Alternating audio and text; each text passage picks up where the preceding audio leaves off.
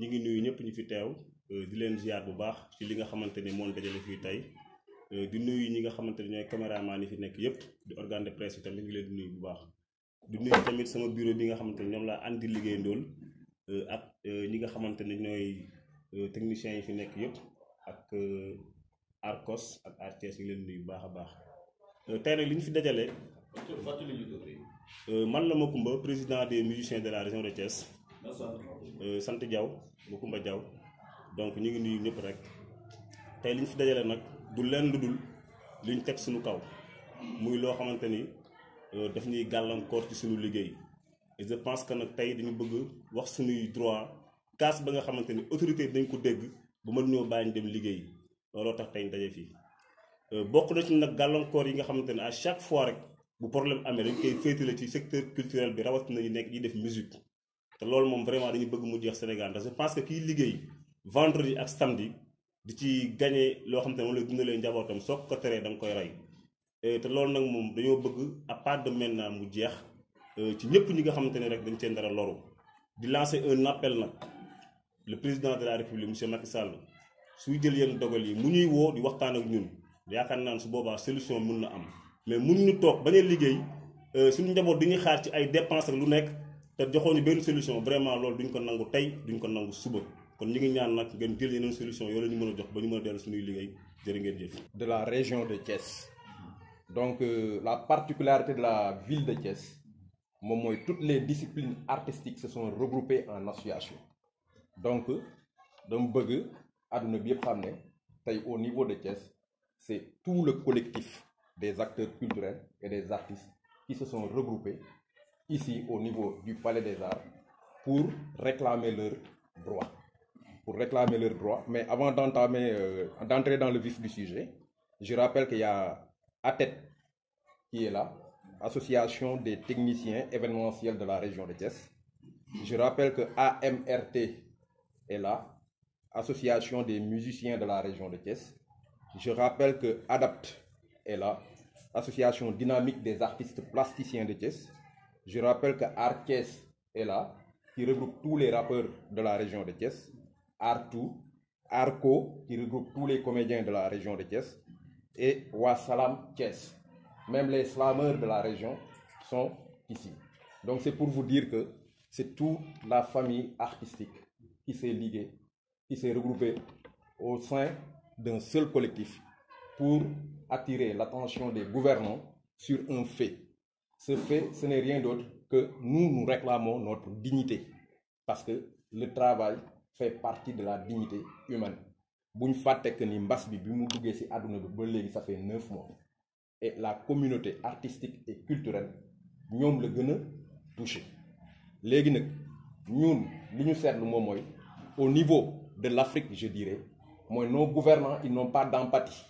Parce que empathie moom mooy nga am la capacité de se mettre à la place des autres. Parce que su nekkee nit ki voix am la yor wala instrument am la yor chaque week-end moom lay liggéeyee pour mën a dundal njabootam nga xëy un beau jour sans mesure d'accompagnement sans une étude préalable xëy rek ne kooku day dakkal liggéeyam moi je pense que tu le pousses vers la pauvreté.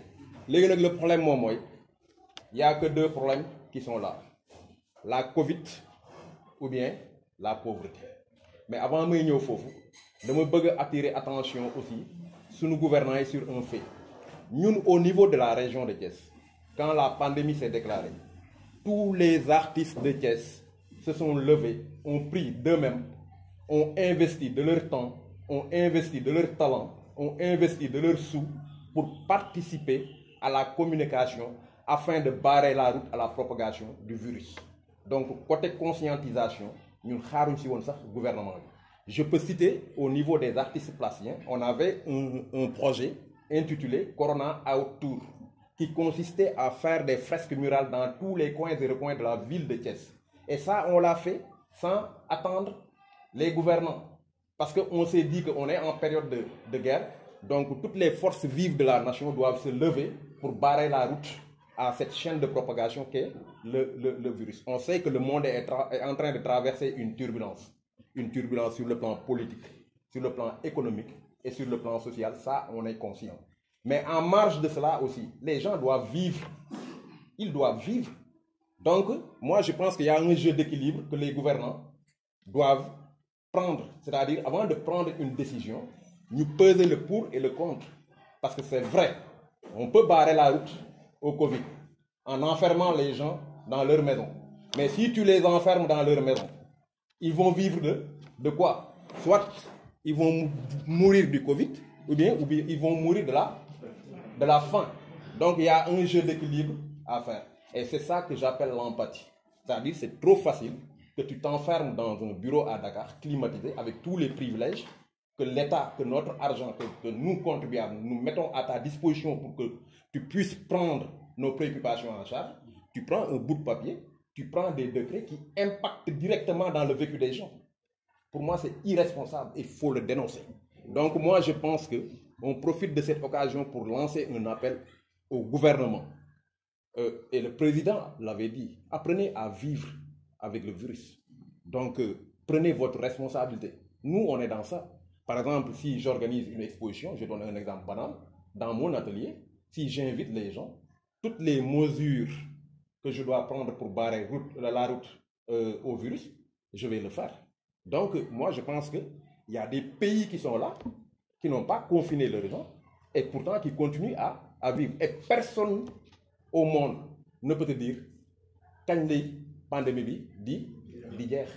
Donc, moi, je pense que soyons raisonnables. Et puis, quand on prend des mesures, il ne faut pas faire du couper-coller. Parce que le pays, beaucoup de réalité. Dans un pays comme les pays africains, 80% de ceux qui travaillent sont dans l'informel. Donc, tu ne peux pas les confiner, tu ne peux pas les enfermer dans leur maison. Contrairement aux pays européens où tout est normé, où ils ont des politiques sociales assez pointues, ici, pratiquement, les artistes sont laissés à eux-mêmes. Donc, si nous ne parce qu'on n'est pas strict, bon, je ne dirais pas, on n'est pas assisté, on n'est pas subventionné, on est laissé à nous-mêmes.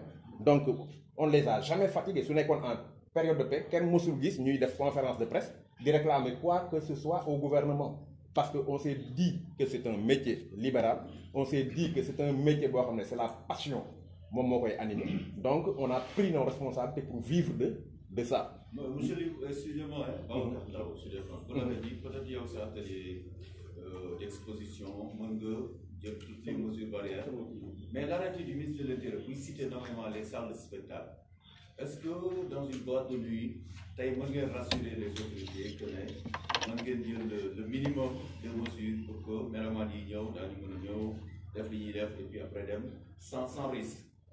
Merci. Sinon, également, là, vous proposez comme mesure d'accompagnement à l'État. Voilà. Merci, Moucheda. Moi, je pense que il est temps qu'on se dise la vérité. Parce que si nous devons organiser Magalou Touba, si nous devons organiser Gamu, pas plus tard qu'avant-hier, le président a fêté son anniversaire. Bon, j'en profite pour lui souhaiter joyeux anniversaire. Et il avait invité des musiciens lors de cet événement. Donc, nous si nous devons mener des mesures pour organiser ces événements. Anniversaire, mais le toll ni Magalou Touba, pratiquement, pour ne pas exagérer, 2/3 de la population du Sénégal converge vers cette ville. Est-ce que tu vois? Donc, si nous devons organiser l'autre, moi je pense qu'une fête dans une salle, avec toutes les mesures idoines, barrières, pour barrer la route à la propagation du virus, les artistes sont conscients. À l'entente de mes propos, nous, dans la communication, pour barrer la route à la propagation du virus, les artistes de Thiès, ils l'ont fait pour apporter leur contribution à cet effort de guerre qu'est le fait de barrer la route au Covid. Donc, on est conscient de ça. Moi, je sais que j'ai donné cet exemple au niveau de ma galerie, mais c'est valable pour Champs Prestige, c'est valable pour Palais des Arts, c'est valable pour toutes les structures qui peuvent recevoir des événements. Et puis, Babacar, qu'on se dise la vérité. Il faut qu'on vive avec le virus. Lolo, mënuñu tëju ci biir kër yi ñii ay borom kër lañ yu dundee ab métier. Léegi soo leen bëggee soo bañee ñu exercer métier boobu, mais il faut des mesures d'accompagnement. Les écoles sont ouvertes. Les écoles sont ouvertes, les marchés sont ouverts, Auchan est ouvert. le transport est ouvert. Et tant d'autres événements. Je reviens tout juste de voilà. Donc il faut que aussi, moi je pense que qu'on soit sérieux. Qu'on soit sérieux. Le gouvernement doit être sérieux et doit penser aux Sénégalais. Parce qu'il y a une mesure, il faut réfléchir avant de le faire. Parce que c'est des vies que tu brises. Ça fait 9 mois que les gens ne travaillent pas. 9 mois. Ils ont des familles. Ils ont des enfants. Ça donne du fibre, tu dois des dépenses, mais qu'est-ce que tu vas faire? Qu'est-ce que tu vas faire? Après, à chaque fois, on te parle du virus. Et après, si on est comme ça, nous mesurons, à la limite, là, tu peux comprendre. Mais ils prennent des mesures, et après, ils veulent que les gens respectent ça. Mais ce n'est pas possible, on est dans quel pays? Et il faut que les populations parlent. Parce que aussi, il faut comprendre que nous avons sphère ak privilège yi am ba mën a tëju seen kër di dund à l'aise ñun population bi ñoo leen ko jox te biñ leen koy jox benn contrat moo ñu lié le contrat c'est quoi moom mooy ñun suñuy préoccupation ñu tenir ko en compte dans leur travail de tous les jours. En ce moment ce qui s'impose moom mooy mesure bi ñu jël tenirul en compte nos préoccupations parce que nous nos préoccupations c'est très simple qu'ils nous laissent travailler. Voilà. Voilà, c'est un arrêté ministériel, mais à la base, l'autorité m'a appliqué, les préfets, le gouverneur, le préfet. Est-ce que, entre-temps, le week-end avec les Djurgensiam rencontre les autorités de Thiès par rapport à vos activités? Voilà, ils ne sont pas dans une démarche inclusive. C'est-à-dire, avant de prendre certaines décisions, la meilleure manière, c'est de convoquer les acteurs de ce domaine, tu discutes avec eux. Parce que ce qui est sûr et certain, si en amont, ils avaient convoqué les acteurs culturels, nous, on a des propositions à leur faire. Donc, si nous avons une décision, de tenir à compte si c'est une préoccupation. Mais tu te lèves un beau jour, ils te plaquent un décret t'interdisant d'exercer ton travail, t'interdisant d'exercer ou bien de jouir de ta dignité. Là, c'est inacceptable. C'est si plan d'action si plan d'action ben point de ce plan d'action. Je pense qu'après on va essayer de voir comment faire pour organiser des sittings ou bien ben sitting au niveau de la gouvernance pour se faire entendre. Voilà.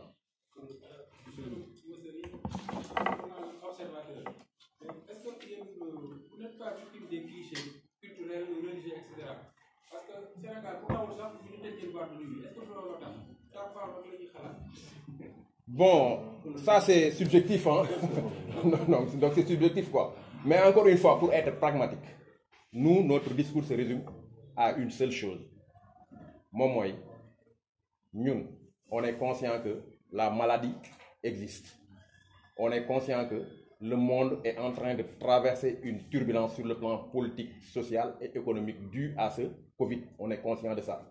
On est conscient aussi que nos plateaux sanitaires ne peuvent pas contenir une pandémie. Ça, on est conscient de ça. Mais en marge de tous ces faits énumérés, on doit vivre.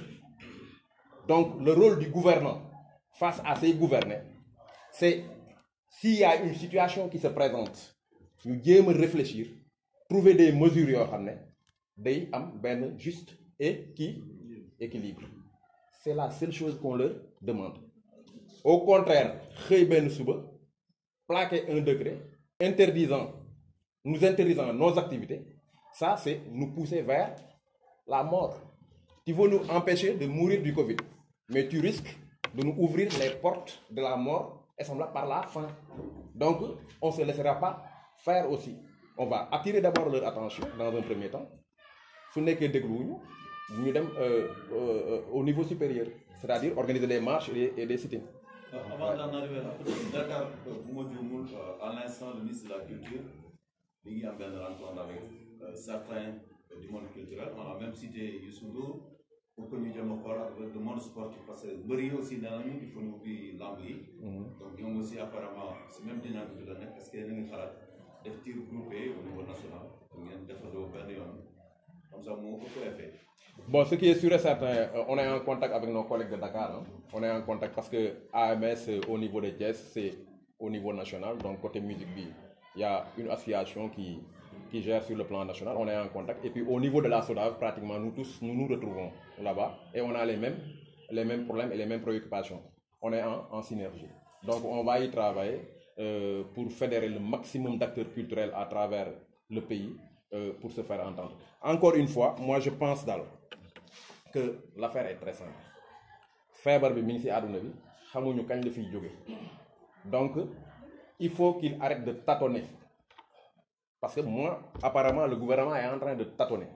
Parce que dans un premier temps, qu'est-ce qu'ils ont fait? Quand on avait 2 cas, 3 cas, ils ont confiné tout le pays. Quand ils commençaient à 700, 600, ils ont déconfiné. Nous sommes avec le président lui-même, il sort à la télé, il dit apprenez à vivre avec le virus, prenez vos responsabilités. Là, ils veulent nous recoller un autre confinement déguisé, on ne l'acceptera pas. C'est-à-dire que ce jeu de yo-yo, on ne se retrouve pas là-dedans. Et tout le monde sait que le virus, même sur le plan mondial, parce que même en Europe, ils sont dans une dynamique de prévoir 3e vague. Donc, moi, il faut nous trouver un jeu d'équilibre. C'est-à-dire que nous pour ce problème, nous trouver la bonne solution. Pas essayer de régler des problèmes pour en créer. Parce que c'est ce qu'ils sont en train de faire. Ils vont empêcher les gens de mourir du Covid, mais ils vont les pousser à se confiner dans les maisons. Mais ils n'ont qu'à faire le bilan. Voilà le Sénégal, voilà le problème de l'Afrique. Ils ont dégagé 1000 milliards. Il n'y a aucun citoyen sénégalais qui peut te dire, fan le 1000 milliards, ils n'ont qu'à aller faire le bilan. Parce que 1000 milliards, ce n'est qu'on investir, investir. Et moi, je pense que le seul investissement qu'ils devaient faire par rapport à ce problème, c'est d'équiper les structures sanitaires et d'investir dans la communication. Parce qu'en ce moment, le seul vaccin qui vaille, c'est le vaccin de la communication et de la prévention. C'est le seul vaccin qui vaille. Parce que nous, scientifiques, entre nous, c'est la première fois dans ma vie que j'assiste à ce phénomène. Même les scientifiques, ils ne sont pas d'accord par rapport à la maladie et par rapport au vaccin. Donc nous, les profanes, moi je pense qu'on est dans une zone trouble. Et tout le monde est alerté. Et chacun doit prendre ses responsabilités. Parce que aussi, moi, je ne peux pas comprendre, ni diriger au Sénégal, maintenant 1 million. L'administration et les gouvernants y compris. Donc 1 million de personnes ne peuvent pas prendre 14 ou bien 13 millions de personnes en otage. Il faut que ça cesse. Il faut que nous prenions nos responsabilités. Nous, peuple. Moi, je pense que c'est ça. Assalamu alaikum wa rahmatullah. Je suis Modou Mbaye. Nous sommes l'étoile de Kayor. nekk ci AMRT musicien région de Thiès di leen nuyu journalistes yi ak di nuyu tamit suñu mbokki association yi fi teew yëpp ñu ngi leen nuyu di leen jaajëfal di kontaan tamit ci daje bi nga xam tey moom la ñu daje nga xam ne day daje boo nga xam ni mënta ñàkk ndax Sénégal la ñu nekk Thiès la ñu dëkk tey ku ni Sénégal ni Thiès ni Kajoor ñu daje fi tey ngir bëgg a waxtaane li nga xam ni loolu ñun ñëpp moo ñu fi dajale ndax musiciens yi problème yi nga xam ni moom la ñuy rencontré depuis bi nga xamante ni affaire bi am na ba tey première vague bi mu amee dëgg-dëgg metti woon na waaye dañoo tëjoon ñëpp ñun ñëpp ñu d'accord ci loolu parce que booba ñëpp la ñu tëjoon ñu d'accord ci mais bi nga xamante ni dem nañu ba nga xam ni ubbi nañu ñii bàyyi ñii ñun ca la ñu commencé di wax. ca la ci suñu association jëkk a génn ci presse bi wax ak ñoom wan leen lii ngeen di def nii ñu d'accorduñ ci li ñu bëgg mooy suñu njaboot la ñu yor dañoo war a dundal suñu njaboot dañoo war a dund comme ni ngeen di dundee la ñuy dundee musicien nekkul nit ku nga xam ni dafa vulgaire dafa bon wala dara déedéet dañoo am suñu métier. tey école yaa ngi nii léegi bi ñu ñëw rek école yi ñu romb li ñu génn ci école yi xajul ci benn bu baax. amul boîte bu mu xaj kenn takku ci masque te pourtant ñu ngi leen romb ñu ngi dem ak ñëw te ñu ngi leen bàyyi ñu dem garage yi boo ci duggee mi ngi fees del kenn boo doon calculer fukk yu nekk juróom-ñaar yi takkuñu masque te pourtant ñoom autorités yi ñu ngi gis loolu nga dem ci marché yi même mais ñun lan la duñu comprendre lan moo xew ba ñu bëgg a ubbi ñii tëj ñii ñun la xew rek ñu ni yéen loolu nag ñun suñu bopp mbéñum kanam borom moo koy fajal boppam am na loo xam ne ñun duñu ko nungu ni ko kii doon wax léegi noonu la ñu loolu la ñuy def première action baa ngi nii ñu def ko muy presse bi am na yeneen yuy ñëw même buñ ci jógee am na yeneen yu war a ñëw parce que tey li ëpp solo ci ñun artistes yi mooy statut bi nga xam ni dañ ko war a kaas pour am ko tey dañu war a taxaw pour statut bi nga xam ni assemblée daf koy wote président daf koy valider mu génn dañ koy demander toujours ndax loolu moo ñuy permettre tey bépp musicien bu nga xam ne tey yaa ngi fi di jouer mais di nga mën a am pension retraite di nga mën a am cotisation retraite au moins que boo feebaree faju mais mënuloo di suyee nii rek di suyee nii rek di def sa poste dem boo màggetee am 80 ans nga feebar léegi ñu ni président na ko faj wala keneen na ko faj kooku mënul nekk mënul continuer xañ na suñu grand yi nga xam ne ñoom ñoo ñu jiitu woon bu fekkoon ne yoon wi xalaat nañ ko jéem a am luñ ci def kon tey bu ñu ëgsee fii tey du ñu am dara lu ñu naqari ñun dañuy ëgsi rek teg ñun tamit dem mais ñoom dañ fi deful dara amuñu benn organisation boo xam ne teg nañ ko bu taxaw wala jubóo goo xam ne ñoom def nañ ko ba nga xam ne tey ñun dinañ mën a sukkandiku ci kaw loolu pour mën a liggéey kon ñun dañoo ñëw fekk ñu fi dara ñooy xaala nag ñu tàmbalee ko nag ci association musiciens région de Thiès pour wan Sénégal yépp ni région yépp dañoo war a def comme nii Thiès def ñëpp dañoo war a àndandoo comme nii Thiès àndandoo li ñuy kaas ñun ñoo koy kaasal suñu bopp parce que ñun waram bopp yi métti day feeg néew la sama bopp a ngi métti mënoo ko xam ki boppam di métti feeg néew la boppam sama bopp a ngi métti mënu ko xam kon moom moo mën a wax jàngoroom moom war na wax ñu nekk ci man maa ngi tudd Moustapha Gueye ñu gën maa xam ci Koulou mais musicien bassiste dëkk Thiès am lu ma naqari trop tey nag quoi franchement parce que nous non les musiciens c'est les gens les plus intelligents je peux le dire hein, les plus intelligents au monde musiciens ku intelligent mënoo def musique mais ñu jiite ils sont pas intelligents du tout quoi. Parce que de manière très intelligible mënoon nañu woo nit ñi avant ñu woo ay Youssou Ndour tey di wax ak ñoom tey mënoon nañ leen woo en avant ñuy wax waxu yii nii concerté wu xool ban plan la ñu war a jël comme ça bu boobaa heure bi lii duñu ci fekk parce que mënuñu ñoo jël ay nit empêcher leen ñu daan seen doole alors que contrôlé wuñ dara ñoom depuis fan yii yëpp qu'est-ce qu'on parle de quoi dans ce pays là. On parle de Idriss Seck, il est parti voir Macky Sall. On parle de Ousmane Sonko est en train de parler avec l'autre là. Alors qu'il y a une pandémie, mais cette pandémie, ñaata nit la rey au Sénégal. Boo demee Touba ñaata nit ñooy dee par jour ñaata la ñuy suul est-ce que ñaar ñu am Covid dinañ ci bokk par jour.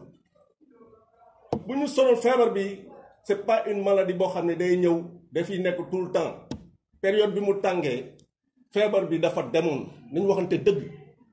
bi tàngaay bi tere Sénégal feebar bi daa dawoon bi sedd bi commencé en Europe la feebar bi commencé ñëwaat Europe bi mu commencé fii la feebar bi ñëwaat commencé at ñëwaat fii il faut que les gens soient intelligents di xalaat ni ñuy demee feebar bi jógee gu fii bu fekkee dañu bëgg continuer di confiner nit ñi tout le temps du mën a nekk loolu du mën a nekk parce que nit ñi il faut que ñu dund il faut ñu liggéey pour dund nag il faut qu'on le fasse de manière très intelligente ñii ñuy jiite soucié wuñu ci ñun bu ñu soucié woon ci ñun dinañ xalaat leneen lu dul di wax politique suba ak ngoon chaque jour lan la ñuy consacré ci affaire bi nga xam ne sénégalais yépp léegi comprendre na ni ñu koy waxe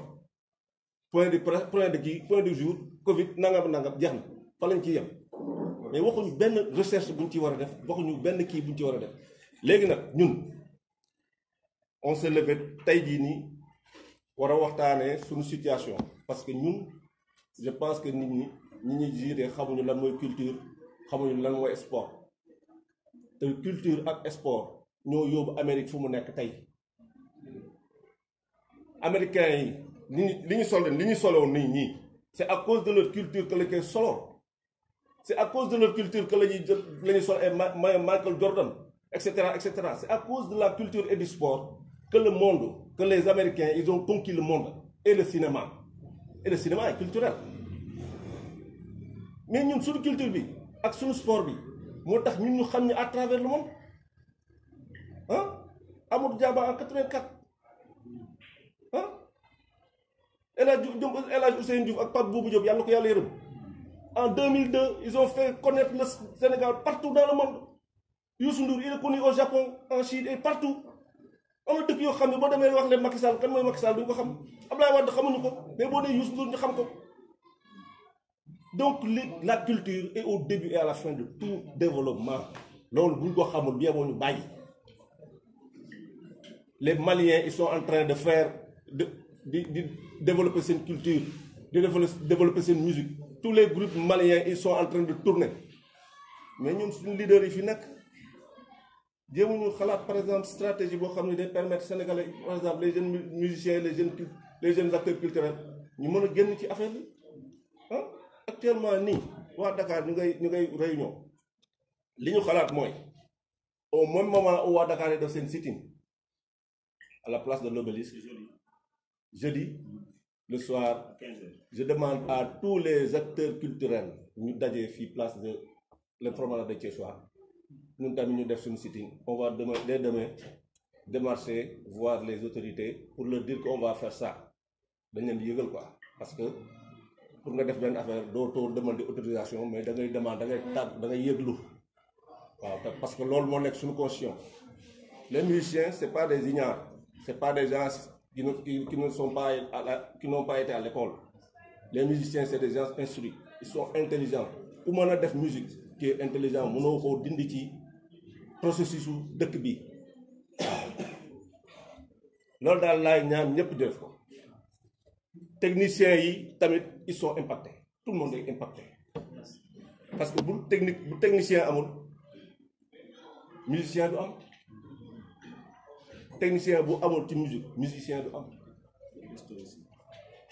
xoolal restaurant yi parce que ñoom ils ont été vagues dans leur communiqué seen communiqué bi kenn xamul lu mu niru dañu tàngalaat ceeb ci communiqué bi te communiqué bi ils ont pas été précis parce que bi ñuy reprendre ils ont pris le communiqué du 5 octobre 2020 moom la ñu reconduire daal di wax ni danañ permettre dans les lieux publics ñuy sol masque yi respecter mesures barrières dans les salles de spectacle dans les par exemple dans les lieux de sport à la plage etc. foofu dañu leen di tëj mais au nom de quoi et de qui ñu war a tëj yooyu pour lan ah mel ni ñun ñooy véhiculer virus bi c'est pas possible ah ba pare salle de spectacle c'est trop vague bi ñu mujjee jël mesure bi dañ ñëwoon 500 salle bu def plus de 500 personnes dañ koy tëj mais fii deful 500 personnes yeneen salles yi defuñu plus de 500 personnes. te fii restaurant yi gars yi dañ am gars yi xam ne chaque jour dañuy jouer ci restaurant yi di am ni ñu yóbbu seen kër ñun on vit au jour le jour on vit au jour le jour bu ñu liggéeyul duñ mën a joxe si dépense suba boo liggéeyul doo joxe dépense suba bokkoo koo xam ne daa yoroo sàq dëkk bi ñu rek di ci tibb di def lu la neex ñun on n'est pas dans ça ñun dañuy liggéey dañuy ñàq pour am lu ñuy dundee donc nañu bàyyi ñu liggéey te dund. mais yaakaaru leen ñu egg si bras de fer quand même parce que wax ngeen ay argument convaincant peut-être état aussi peuple bi moo tax mu toog bi waaw man dégg état dina leen dégg laa wax yàlla ñu dégg nag parce que problème bi loolu mooy souhait bi quoi moo tax ma ni de manière intelligible la ñu war a xalaat ñoom de manière très intelligente dañu gérer lii quoi de manière intelligente bu ñu def ay parparloo bu ñuy tëj nañ tëj ñëpp bu ñuy tijji ñëpp parce que fii kenn bugg fee dee li waa ji woon kenn bëggul dee kenn bëggul gaaw a dee ñun bëgguñoo gaaw a dee dañ fa bëgg toog ba ci kanam te du virus bii moo ñu rey et on fera tout on prendra toutes les dispositions pour moytu virus bi mu rey ñu. mais Moussa am na benn politicien bu doon wax mu ne corona bi musicien ñoo ko woy yu neex moo tax mu toog rek bañ a génn Sénégal. léegi nag bu moytul ay yar nii lañ koy topp.